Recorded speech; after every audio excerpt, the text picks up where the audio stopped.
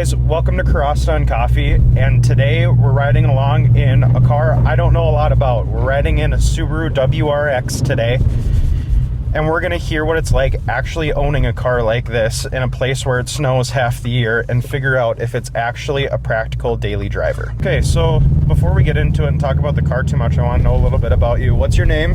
What do you do for work?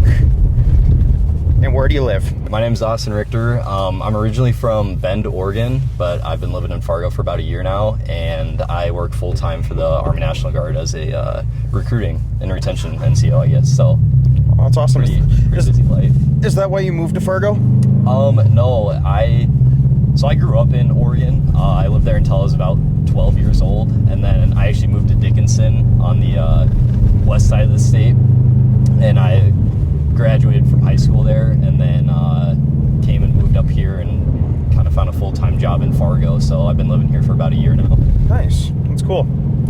So give us a quick rundown.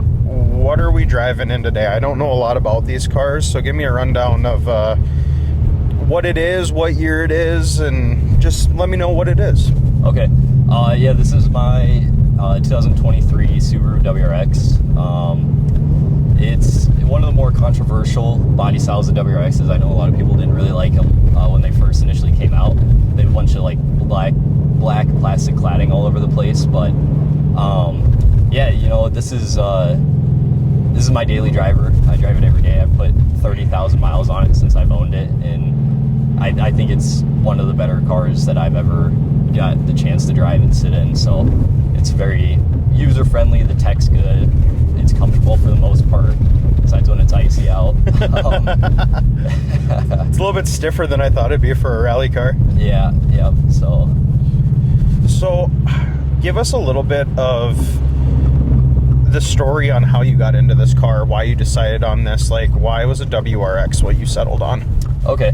How I kind of got into it was I was a junior in high school, and I had a Jeep Grand Cherokee, and the engine ended up blowing up on me, and so me and my parents were kind of car searching around the area, just looking for, you know, a good daily driver that I could take back and forth to school. And I was 100% sold on TDI Golf.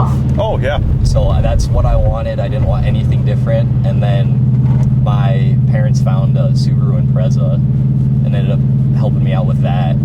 And that's kind of where my whole mindset shifted towards Subaru, because, you know, we have crazy winters here in North Dakota. They're not easy or fun. No. And I've never once had an issue being stuck in snow, ice, you know, whatever, in a Subaru. So that's kind of why I got a little bit more into cars when I had my Impreza and everything, and kind of wanted something more fun, more modding opportunity. Yeah, and that's kind of where I stepped into something like this.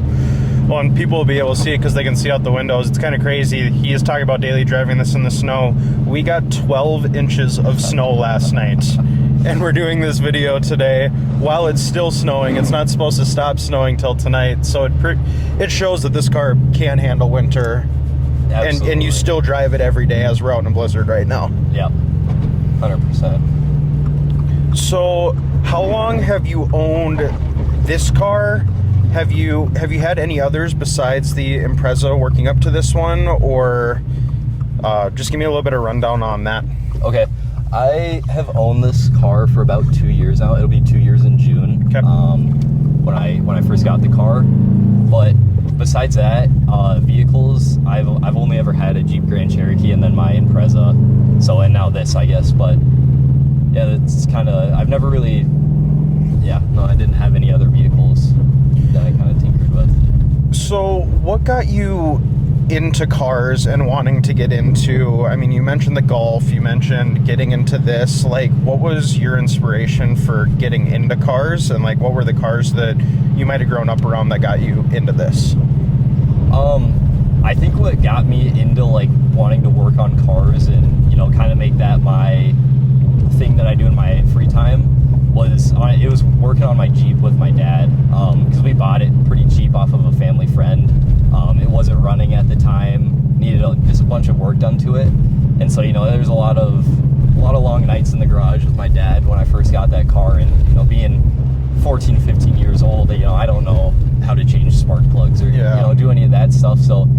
kind of, helps me out with that, and I enjoy spending time with my dad too. So it, I was kind of hitting two birds with one stone when it comes to stuff like that. Yeah. But with the wanting to like get into something like this, I think it was, I'm young enough to where when I was, in elementary school, like Travis Pastrana, Ken Block, they were all super huge, like peak of their career. And I think that kind of like, that's not something that I think back on, but I think that is something that kind of influenced me towards, especially in like the JDM world, if you want to call it that. Because, Travis Pastrana and Ken Block, that's 90% of what they drove. Yeah. So, and I mean, Travis Pastrana still does it to this day, he's still driving Subarus for rally. Well, and I mean, let's talk about Ken for a second. I mean, yesterday was 4-3 day, and in honor of Ken Block. And would you say that, like, you grew up watching Ken Block and Hoonigan, and that was a pretty formative part of you getting into cars then? I think so, yeah. Like I said, it's not something that I think, that I think back on a lot, and I'm like, that's definitely what it was. But I think, because I do remember watching those videos, like, on the TV as a kid, and being like, that's so cool, that you can do stuff like this in just a car, because when I was that young, car, I thought of like my mom's Suburban or my dad's truck, nothing too special or crazy, but seeing that there's like more capabilities in a car, I think that kind of intrigued me. Yeah, for sure. Yeah, it's cool to see that and see people make that transition. I mean, Ken started off doing gymkhanas in his modified Subaru rally cars, and then worked up to all those Fords that he was driving, and then the custom stuff. It's cool. Do you see yourself, since you like modifying cars, like making a journey like that someday and work your way up the ladder? I do. That is something, that's kind of my end goal. That's where I'd be 100% fulfilled and happy with my life, is if, I could do stuff like this every day, just working on cars. I've thought about like becoming a mechanic. That was something I had thought about in my past, but I don't want to just be doing like oil changes and tire rotations every day. I want to be doing the quote unquote fun stuff with cars, tuning them, making them look nice, for whatever reason. So that is something that I do want to eventually, become my full-time day-to-day job. Good thing we have an awesome shop in town that would pick you up in a heartbeat if you wanted to go work for them. Yeah, yep. So you talked a little bit about working on cars. Did your dad let you modify the Impreza when you had it at that age? Did he let you do anything cool to it, or was it more just like making sure it drove day to day and didn't have any issues? My parents' rule with my car when I was still living with them was, with moderation, they don't care what I do to my car as long as I'm not using their money. Yeah. So, and I had a job all throughout high school, so it's not like money was really, I wasn't making crazy money, but every time I got paid, I could afford to get a couple things. So I got a set of wheels and an exhaust for it, but that was pretty much the extent with that car. There's not much like aftermarket support for that platform. But now, being an adult and working a full-time job, and with a car that has much larger aftermarket support, I'm sure they're not too happy with some of my financial decisions when it comes to this car, but it's my money at the end of the day, so they don't really care too much. Yeah, so I'd like to dig into that a little bit. Tell us a little bit about what you've done to this car, and then we'll go from there. Okay. Cosmetically, I haven't really done too much. I'm on IBOC lowering springs right now, but I do have air suspension waiting for this weather to clear up, so pretty excited for that. And I just got a simple set of Sparkle wheels for like my winter set, like a different grill and little duckbill thing going on, but nothing too crazy. The powertrain is kind of where I've spent most of my time with this car. I have an ETS cold air intake. I have NVIDIA unequal length headers, intermediate pipe catback. Really the only thing stock on the exhaust system still is the J-pipe connecting the intermediate pipe to the turbo. So got him. And that's really the extent of it. I have a Cobb access port and like a custom tune too, but that's really as far as it goes as of right now. So what wheels are going to go on it for your summer set? I haven't decided yet. I really want to find like a super cool set of like 3-piece JDM wheels, but you know, it's a hard pill to swallow when it's $5,000 for a set of wheels like that. Yeah. So I'm not too sure yet. It's kind of something I still have to think about. And I have time, obviously. If you know, look outside. I'm not looking to throw anything crazy on yet. So just curious. You mentioned shopping for this car and looking at the Golf. What made you choose the WRX rather than an Evo? Or you see a lot of Focus RSs around up here, and that was like the cool hot hatch car for people our age to have. Like, why were you truly drawn to this car? You know, being that I was trading in a Subaru, that was kind of something, you know, like I trusted the brand and their capability in all weather conditions, you know, and it gets like I beat on this car constantly, and it's fun and it loves high RPMs, and you know, I haven't had an issue with Subarus. You know, they kind of have that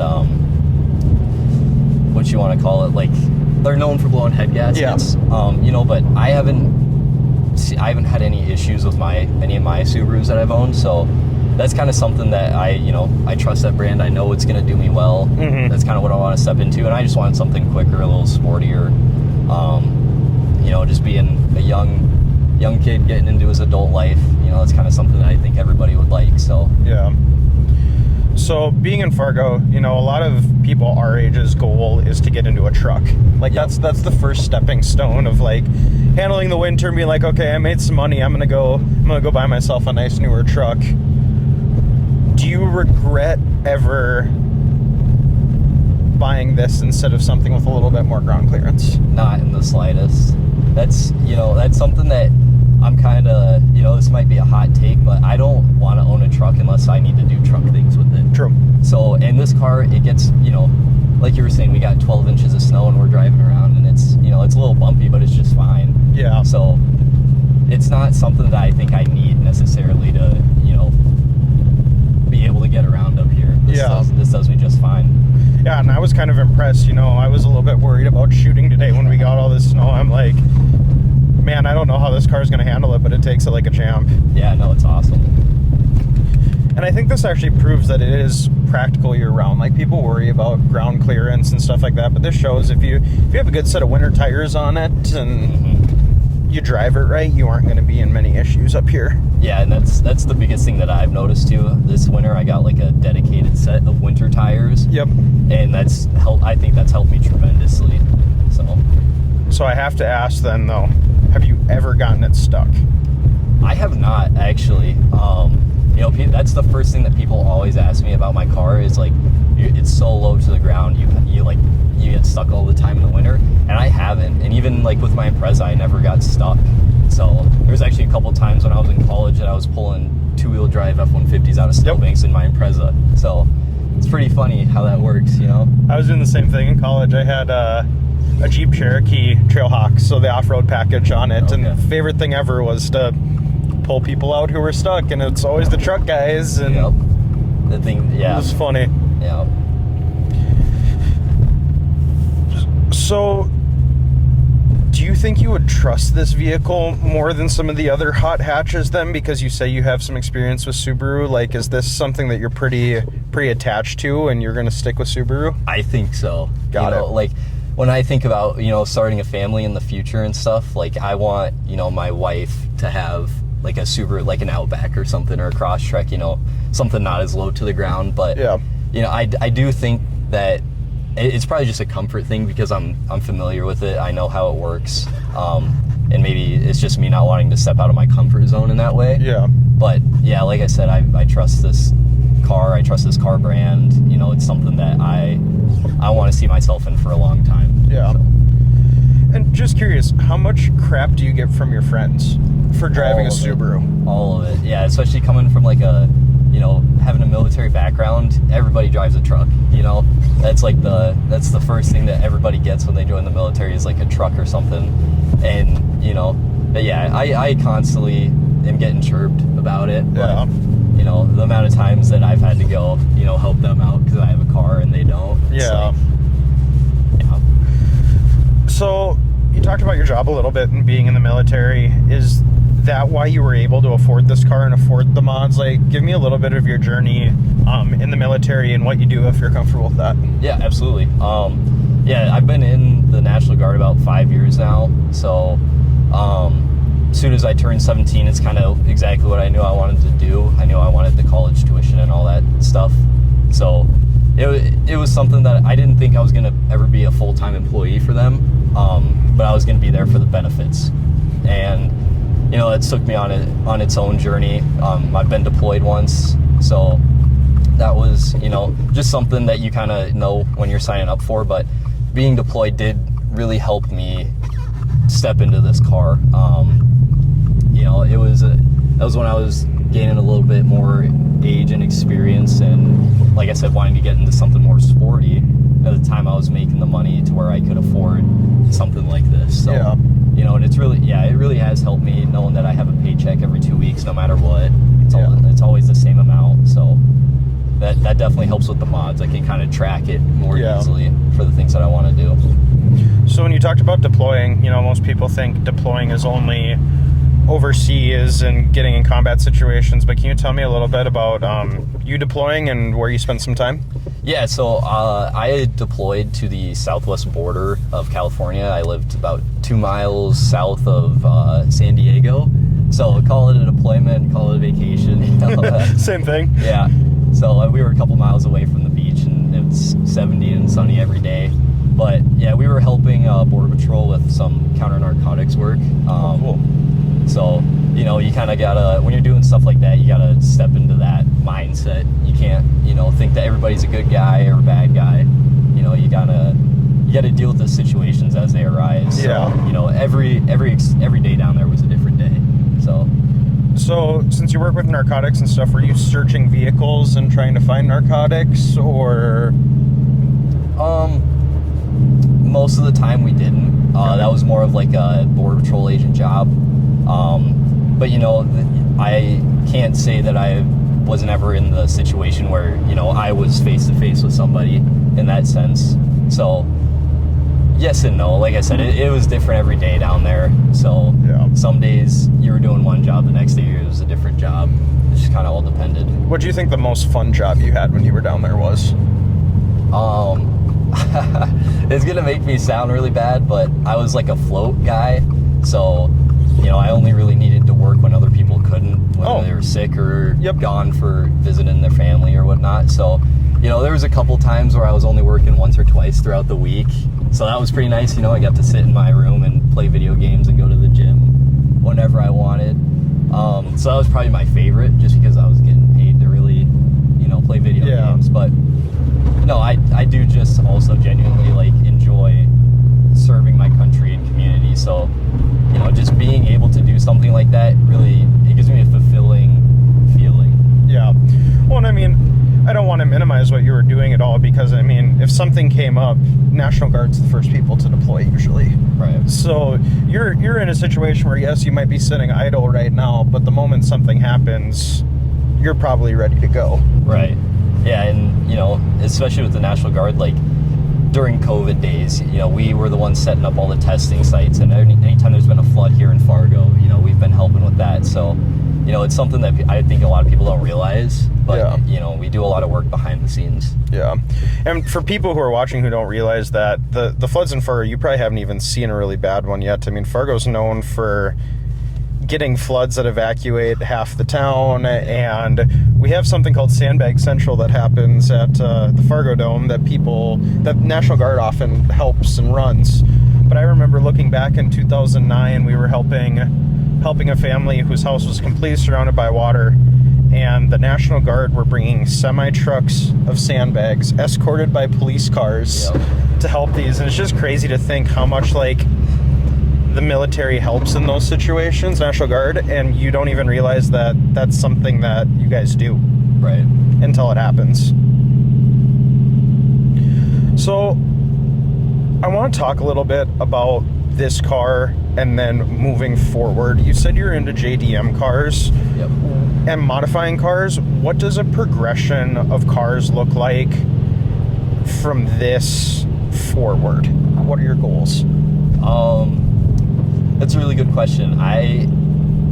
My next vehicle, I want like a mid-2000s STI. Okay. And I want to lift it and kind of make it more of a traditional rally build, and that'll kind of be my winter daily. And then this will be for the summertime. But in regards to this car, I want to hold on to this as long as I can. Yeah, I got a really good deal on it. It was a one previous owner, and it was an older gentleman who decided he wanted to buy a WRX to visit his daughter in college. So it was pretty untouched for the most part. Yeah. And, it's something that I don't want to realize what I have after it's gone. Yeah, so, for sure. So what would you say your dream car is, though? It's funny because I'm such a JDM guy, but my dream car is like a 86 911. So that's a good choice. And everybody always assumes that I'm gonna say like a 240 or something, but nope, it's always been a 86 911. Nice.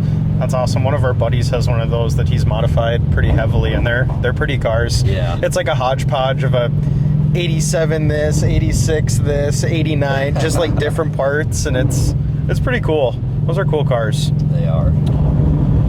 So you talk about being in a JDM, but you like Porsches and European cars. Do you like American muscle cars? Do you like exotics? Like, could you see yourself owning anything other than a JDM car or a Porsche?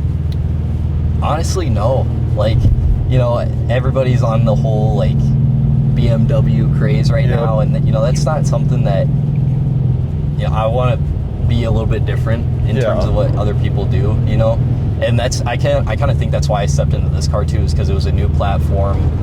Really, people were really divided on it. Yeah. And, I just wanted to do something different and stand out a little bit. But, yeah, like Ford, Chevy, Corvettes, anything like that, I've never really been a huge fan of. I've never, scrolled my phone looking at them all night long, so you talk about being into JDM then. Do you like the 90s JDM that everyone's gone crazy for? R34s and Supras and RX-7s and... Yeah, I do. I think they're all cool. I think they're all cool builds, especially with the RX-7s with the rotary. I think those are pretty sweet. But it does suck that people are more interested in it now because it's just raising the price of everything. So, it's harder to get into it now than it once was, but I like every form of JDM, So if money wasn't a factor, okay, you had all the money in the world, what would you buy? What would you build? Yeah, I'd have to go back to that 86 911. Okay. That's exactly what I'd buy. And build it, customize it, make it yours? Yeah, I'd probably engine swap it, to be honest. Maybe I'm not a big Honda guy, but I think K-Series? having a K-Series in it would be pretty cool. That'd be awesome. Or even a rotary would be cool in it too. That'd be really cool. Yeah, if money was not a factor, I'd build something crazy that not a lot of people have thought of. So do you watch car YouTube a lot then? Like, have you seen Adam LZ's the mint green one? What year is that one again? Do you know? I don't know off the top of my head. No. I think mid 80s, but I'm like, I think a lot of people are purists and they try and do like OEM plus on those cars. Yeah. So to hear that you want to swap it and do something unique, I think that's really cool. And I think that's something that people our age are a little bit more willing to do. Yeah. And not be purists. And I think it's made for some pretty unique builds over the past few years with different creators. Yeah, absolutely. I mean, you look at Adam and his 4-rotor new Supra, it's like, wow, that's unique, that's different. Yeah, you never think of it. But so we kind of talked a little bit about where the WRX fits in this category. Would you say, like, since this was the first car that you really bought and put a lot of money into yourself and like work for, is this one of those things that you're just gonna hold on to it forever and maybe like pass it down to your kids someday? And probably, yeah. And like I said too, eventually this isn't going to be my daily driver. With going with air suspension and everything, I kind of want to make a show build out of it, but still, maintain all the functionality of it. So I think it is something that I'll hold on to for forever, if not a long time, and yeah, one day, this will be like the car that me and my kids are working on. So yeah, this will be one of those cars. I mean, Subarus are known for being able to put hundreds of thousands of miles on them. So, Right. God, it sounds good. That's another thing why I think this is so unique is, like, we go back to that BMW trend and we talk about, like, burble tunes and stuff like that a lot of people like. I'm like, to each their own, but I think something like this sounds so much better. Right. I 100% agree. And, you know, that's kind of where Subaru got their, you know, their name anyways, was from the WRX and the sound of it. Yeah. So, and that's kind of something that I really like as well. And that's why, like, Subaru doesn't offer unequal length headers anymore on any of their engines. Yeah. So that's why, you know, I bought them because I love the sound so much and I wanted to hear it every day while I was driving. So you talked about wanting to build cars and work on cars and stuff like that. I think you're going to have a different perspective on this than a conversation we had on last week's podcast and the week before. But built versus bought. Built. I think built. We had someone from the perspective last week. We talked with Chris, who's really into the point of, you know, I don't know enough, but you can get a really good deal by buying something that someone has already built. Because, you know, when you go to sell a car, people don't really pay for the mods that you put into it. Right. Like, you don't get out of it what you put into it. Oh, 100%. So if you didn't have that passion of, like, working and doing it yourself, do you think it would be smarter for someone our age to build or buy something like this? Like, do the pros of the learning how to work on it outweigh the cons of the cost? In my opinion, I'm still gonna stick with the build it yourself, just because, you know, if you take it to a shop and have them put on all this stuff and you pay them for that, you know, if something isn't working or whatever, you're not gonna know. You know, you're gonna have to schedule time to go into the shop. You're gonna have to pay them again. Whereas if you're the one doing all the work on it, you know, you kind of know, all right, this isn't working. It's because I did this. You know, you can kind of check off that list and know what you're doing and talking about. Yeah. Whereas with built, yeah, like you know, if something's built, you're probably going to take it to a reputable shop and they're going to do a really good job and you're not going to run into issues, you know. But I don't know, I take a lot of pride in the stuff that I do, so I think that's why I'm big on building your own vehicle. Got it. So, does this have launch control? Just curious. It does. I can set it, yeah, if you want. I'd love to feel that. Because, you know, people see these cars and you don't think that they're super fast, but I kind of want to feel what it's like since you've done some work to it. Yeah, I can for sure do that. You think you're going to have issue getting traction in the snow? A little bit, but it won't be bad. We're in Mexico, by the way. Nowhere other than northern Mexico.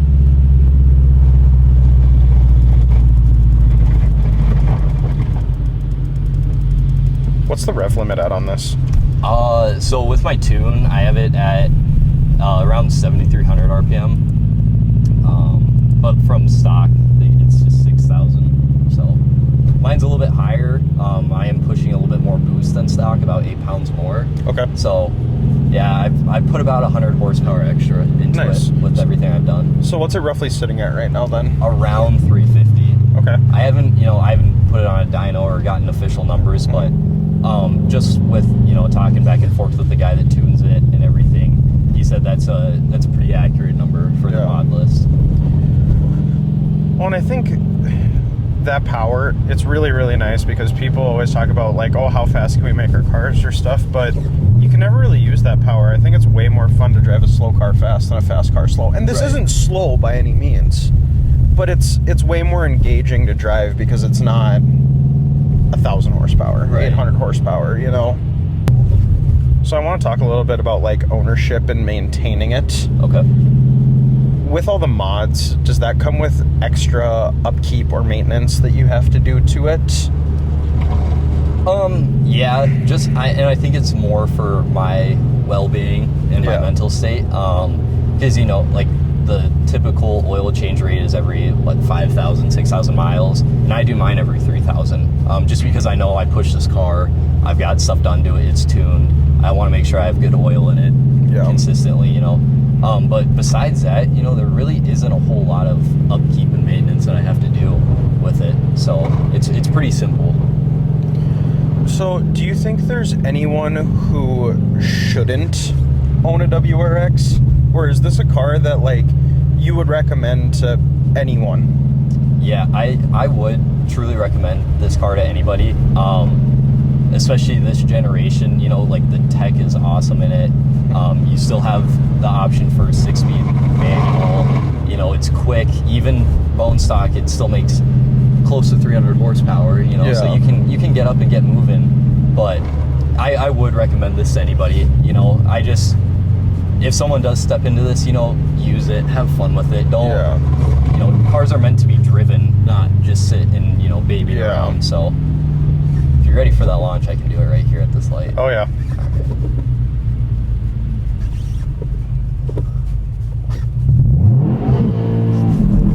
Jeez.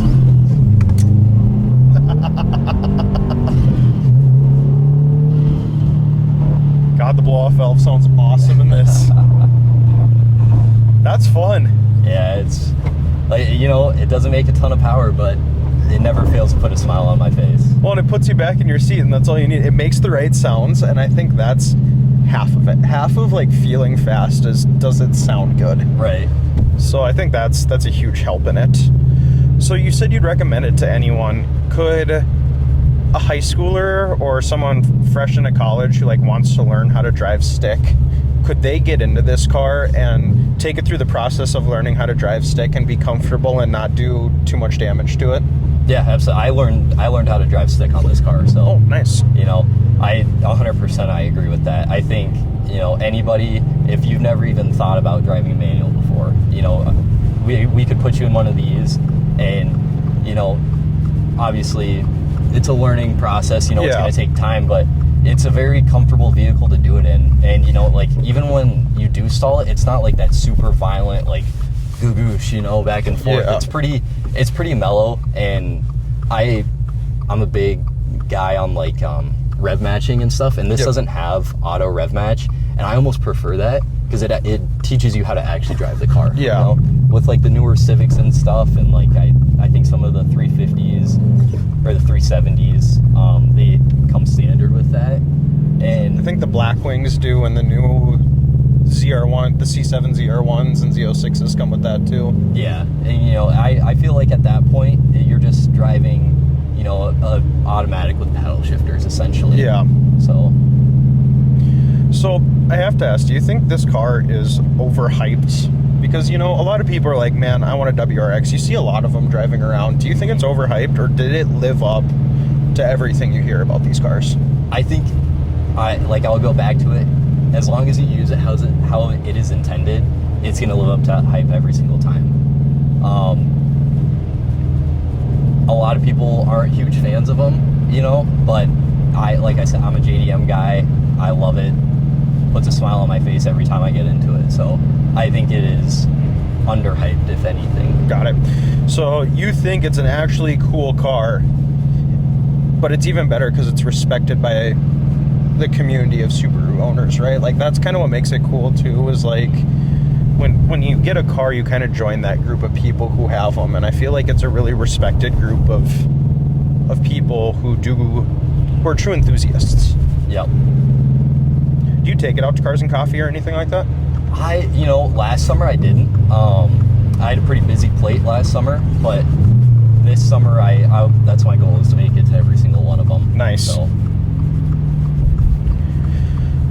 So does this car get any different attention? I mean, some cars you get a lot of people looking at, and it can kind of be dangerous when you're driving it because people do dumb stuff to take pictures of it or take a video of you doing a pull. Do you run into that with this car, or does it fly under the radar? It doesn't fly under the radar to the cops because it's loud. Yeah. But, you know, yeah, I do get some attention from it. Typically because, like I said, you know, I've done quite a bit to it. And even, like, you know, just changing that black plastic cladding to paint match did a ton for this vehicle. Like, people, you know, will come up to me in the Walmart parking lot or whatever and be like, hey, you know, what is that? And I'll be like, oh, it's the, you know, the new WRX. And they're like, there's no way, you know, because it just changes the vehicle so much. So I do get some attention, but, you know, most newer sedans especially are a lot more sporty looking. So, and this one kind of does fly under the radar in that sense. Yeah. It doesn't look too, if the hood scoop wasn't there, it would be just another car on the road. Yeah. But I think with the right mods, you really can make it stand out and look different from everything else on the road. Yeah. I think that's the cool thing about these is you can make them as aggressive or as incognito as you want. Right. Like, you could put a lot of money to motor and exhaust and make it fun, but not change how it looks, and people are going to look at it and be like, oh, it's just a four-door sedan or right. a hatchback. Like, people don't think it's like a Ferrari or a Lamborghini or a Corvette, so you can make it as cool or as normal as you want. Right. Did you get as much snow out in Dickinson as we get here, snow and cold and stuff like that? Yeah, Dickinson's pretty well known for in the summers it's like usually the hottest out of everywhere else in North Dakota, and then in the winters it's typically the worst. So jeez. Yeah, we kind of got the best, well, the worst of both worlds, if you want to call it that. Yeah. So oh jeez. Yeah, I gotta say I'm pleasantly surprised with how it sounds, how it drives. It is a very like comfy car.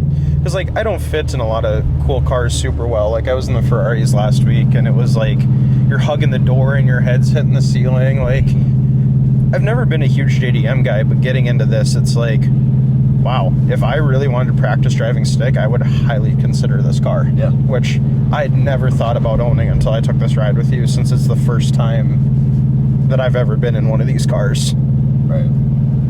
So, I just want to get into a little bit about like buying and selling these cars and the market and transaction. If you were to ever sell this car, I know you said you wouldn't, and buy another one, would this be something that you think would do well on an automotive auction platform for someone who's like getting into cars? Do you think you'd get what you want out of it, and it would be a good experience for someone bidding on it? I think so, yeah. Because it's not, especially this car, it's not super over modified, I like to think it's pretty tasteful right now with mods.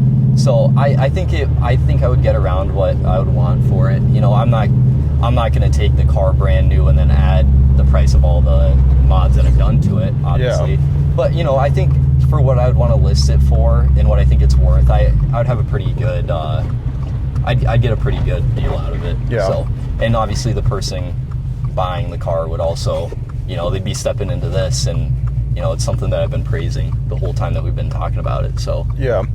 And is it something as a mechanic where you would be, or someone who likes to work on these cars, is it something you'd be worried about buying a modified car that someone else has done? Like, do you trust other people that they did it right, or would you have issues buying a car that's been modified like this on an auction platform? You got to have the receipts. Yeah.